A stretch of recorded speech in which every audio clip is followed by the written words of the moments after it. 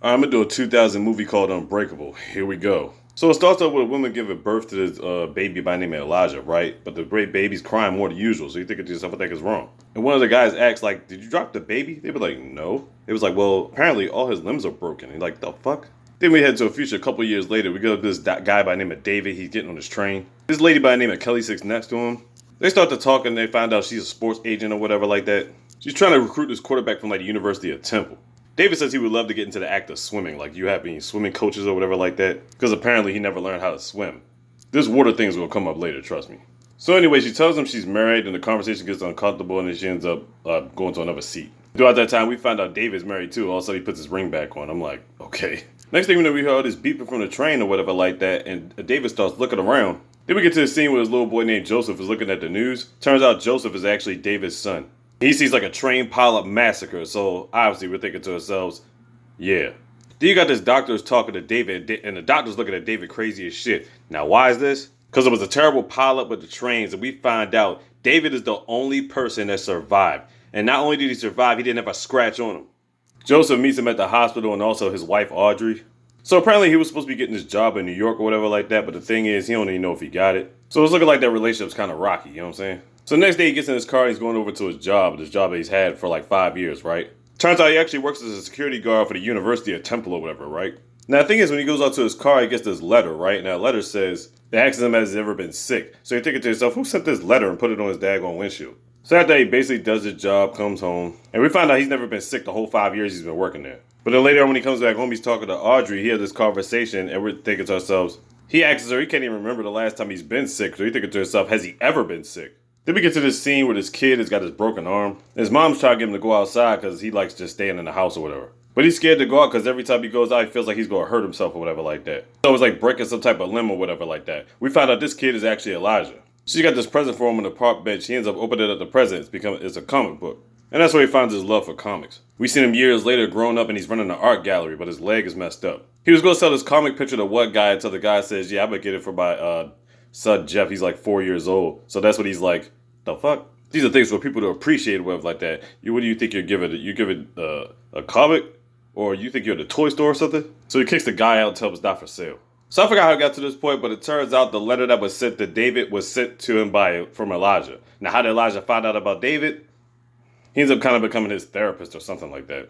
He had somehow got tickets to one of his games or whatever like that, him being a security guard and whatnot. Now he's watching all these people in line and he looks at one person and the dude just gets out of line and goes about his business. Now he says the dude was probably carrying a silver gun with a black grip or whatever and scopes and stuff like that. So Elijah is looking at him like, how the fuck does he know this? But David just said he's probably just guessing, he's just doing his job. So like Elijah don't believe that shit. So I guess Elijah ends up watching the game for a little bit. He goes back to his car. He ends up spotting the guy. So he goes down there and chases him. He's like, I'm going to ask him a few questions. But he's trying to chase him down the steps. Of course, he loses his footing and falls down the steps. Ends up hurting himself, whatever like that. He's like, ah. But he's still looking as he sees the guy getting away. But as the guy jumps over the gate, he sees that he had a silver gun with a black grip on it. So you're like, oh shit. So after David gets off of work, he's picking up his son Joseph, and Joseph's playing football. But the thing is, his mom Audrey doesn't want him to play football. It's a violent contact sport. She hates it. Anyway, they go home and start lifting weights. So when they get home, David ends up bench pressing 250, and Joseph's looking at his dad like, have you ever bench pressed 250 before? He was like, no, never. So he tells him he's going to take some weights off, but he ends up lying to him. Next thing you know, he ends up bench pressing 350. So his son Joseph has always been tripping off of stuff like this. And when I say stuff like this, there's a scene when he's talking to Audrey and we find out he survived a car crash years ago. The thing was, both of them were in the car. We found out David was playing football when he was in college. He said the car crash basically ruined his career and he could never play football again. The thing was, he couldn't play football because he was hurt and he really didn't want to play anymore because Audrey hated it. Or so we think. Next day we see Elijah rehabbing in the hospital or whatever like that. Kind of find out he's probably never going to be able to walk again, so he's in a wheelchair. He done broke so many of his different bones this time again. We found out the person that's getting him back to health is Audrey. Yeah, it turns out she's a doctor. She's been in all type of medical fields, nursing fields and stuff like that. The thing is, Audrey doesn't know that Elijah knows David. Then we get the scene where David had talked to his therapist, and then we find out, he talked to this one lady at school or whatever like that because his son, Joseph, got caught fighting some kid or whatever. But the lady at the school recognized him from years ago, and then we found out about this incident where he was in the water and he basically drowned, and he was pretty much dead for like 5 minutes. because David never learned how to swim. But somebody pulled him out the water and he still managed to survive. It was just like, the fuck? Makes sense when it goes back to the conversation that he had with Kelly on the daggone train, right? So there you go. So you got the train incident, the car incident, and the pool incident. What they have in common, he survived all this. And this at one point, Joseph is thinking about all this. This is scaring the shit out of him, right? And he thinks his dad is invincible. So the way he's going about proving it, he takes his dad's gun, finds some bullets, and he's ready to shoot his own dad. I'm like, what? He keeps saying the bullets go bounce off him. He's not going to feel it. His dad's invincible. And his dad's like, look, I might be strong or whatever like that, but I'm not invincible. I can't not be killed. And he goes off with his son, and his son finally puts the gun down. I'm like, yo. So at certain points, you know what I'm saying, their relationships were off, but Aubrey really wants David to stick around or whatever like that because she was thinking to herself like, yo, like, we could lose him at any time, you know what I'm saying? And the fact that he was the only person that survived a train incident was like, wow. Then she's come to the realization, though, that they can never live with each other or whatever like that. But they're cordial, I guess. But I don't even understand why they can't live with each other. You know what I'm saying? It's just, are they just going off in different directions? Like, I don't know. Some random stuff happens, and then, it gets to a point where David finally starts accepting who he is. So Elijah gets him to go walk amongst people or whatever like that. Now, you realize when people start bumping into him now, you could tell that he actually has the power to see into people's hearts or whatever. This one lady bumps into her, starts reading her mind. Then this one guy bumps into her with green on, and we see like an incident where he was about to sexually assault this one chick or whatever like that. Apparently this happened, I guess, before he bumped into him or whatever the case would be. Now, it doesn't really have a time frame of when this guy did this or whatever. But then he ends up bumping into this one guy with an orange jumpsuit on. Now, this situation, it looks like he went into somebody's house and then he killed this dude. So David later on ends up finding this house. Now he's got this raincoat on, you know what I'm saying, because it's pouring down, raining outside. So he got this big black raincoat on. He goes in his house and he's looking around the corner and he sees the dead guy laying over there. So you're like, oh snap, he's in this person's house. But he keeps going around the house and he also finds these two girls that are tied up. So he ends up untying them.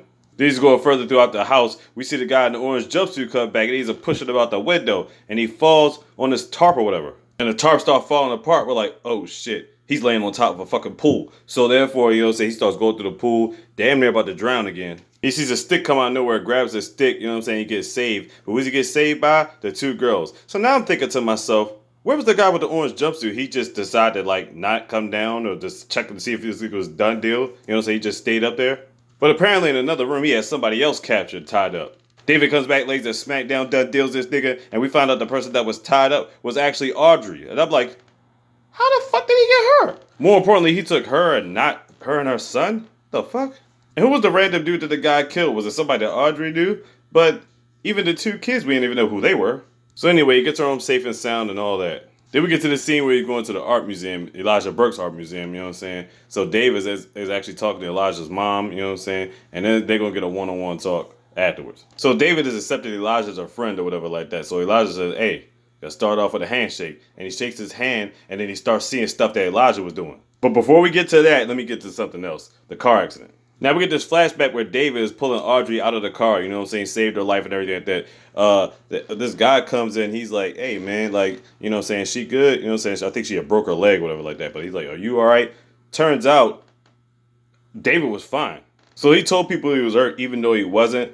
But his way of getting out of football because he obviously cared about Audrey more than football at that point, you know what I'm saying? All right, so getting back to the David and Elijah handshake. When he shook his hand or whatever like that, he finds out a lot of stuff. We find out that Elijah set up the train to be messed up. He set up the car accident. He set up the thing for him to be pushed into the pool when he was like littler. He caused this fire in this building apparently that David was in a long time ago or whatever like that. Basically was just killing niggas all to try to find out if David was really like a superhero or something like that. I'm like, what the fuck? So basically Elijah portrayed himself as a supervillain. David was so disgusted, he just walked out. And he found enough evidence to put Elijah Burke in jail, but because of the way he thinks, they end up putting him into a criminally insane, mental health institute.